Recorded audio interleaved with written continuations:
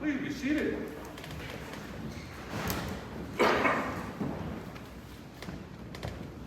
All Saints Day, there's such a rich tradition that there's so many different images that you can play with on a day like this. I saw a new heaven and a new earth. For the first heaven and the first earth had passed away. It is such a comforting thing, especially around the time of death. And I don't know about you, but this last year, 8 months, has led us down a garden path where we can't even express how we feel about death and death that's around us and the loss that people feel. So I'm very aware that on All Saints Day, we are preoccupied with this great division. Now, I got to tell you, if you looked into movies and media, how do they portray heaven? Well, you got Philadelphia cream cheese clouds, or you have everything you ever wanted. And the trouble is that neither of those sort of images, get what you want, get what you want. They're not enough. Now, I have my beliefs, and I have my hopes. My hopes are there are no computers, there is no cell phones, and I really do hope there is single malt whiskey. But again, that goes back to what you want. And that's not what heaven is. There's a huge transformation that takes place with the coming of Jesus into the history of God's people. The first and most powerful, God's face and presence meant that you died. In the Old Testament, you're not even allowed to look on his face. When Christ comes into the world and shows us the humanity with which he knows our experience. And we hear it in today's reading, don't we? In Lazarus' resurrection or resuscitation, whatever it is the shortest verse in the Bible, and it says quite clearly, Jesus wept.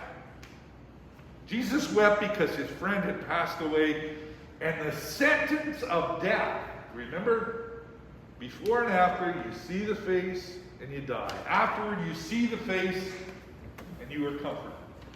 The other great divide is that death has a power in the old terms, but it's transformed in the relationship with God and in his people. How is it transformed, you say? Well, that's exactly what we are talking about today when we talk about these saints. In the Anglican Church and in many of the churches, we believe what's called the communion of saints.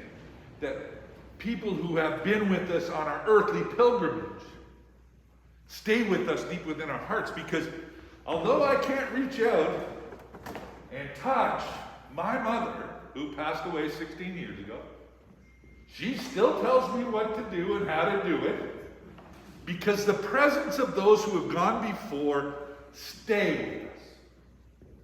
But they also are in a place where the God that created them continues the most important thing. I have been a pastor for 36 years. I have stood at the grave of many people. No one ever says, I wish I had a bigger house, a better car. We say the same thing, don't we? I wish we had more time. This great divide between now and the new heaven and the new earth. We are allowed in our relationship with God to know that death has no longer power over us.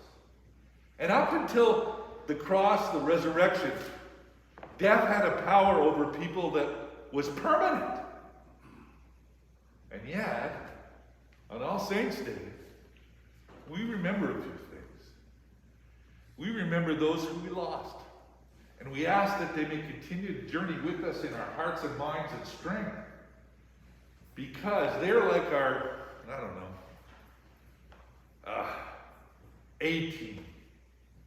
When we think of those who have gone before, and you look at the windows and you see all the stories told in the lives of the saints, it's all about where do we get our strength and our help in the difficult moments. They're not perfect. Saints aren't perfect. As a matter of fact, in the Orthodox Church, in the application make someone a saint, the last two things, name a fault of this person and how were they imperfect. I got a chance. All of a sudden in that application process, I can find out, or I can be a part of the Christians that have gone before, who have faced the trials and tribulations of persecution and anger and mistrust. And those Christians who have faced the thing of being ignored. We haven't got it all right.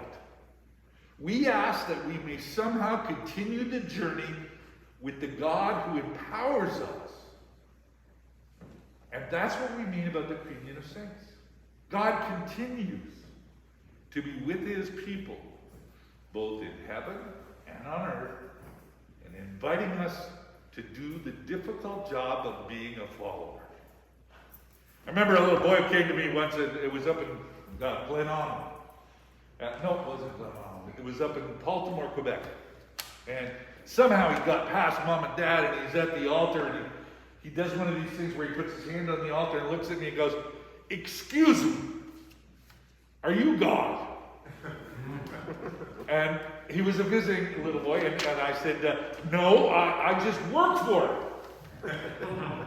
And his comment back to me was, "Well, we all do that, don't we?"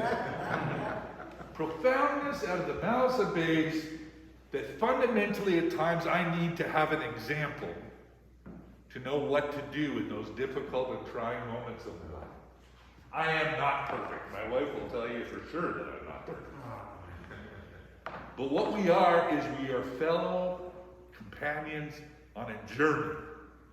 And the saints help us not by praying with them, but by taking their example and learning how they were faithful in difficult moments. I invite you on this All Saints Day to bring to mind all those in your life who have given you faith. Sunday school teachers, parents, your next door neighbor, whoever it was.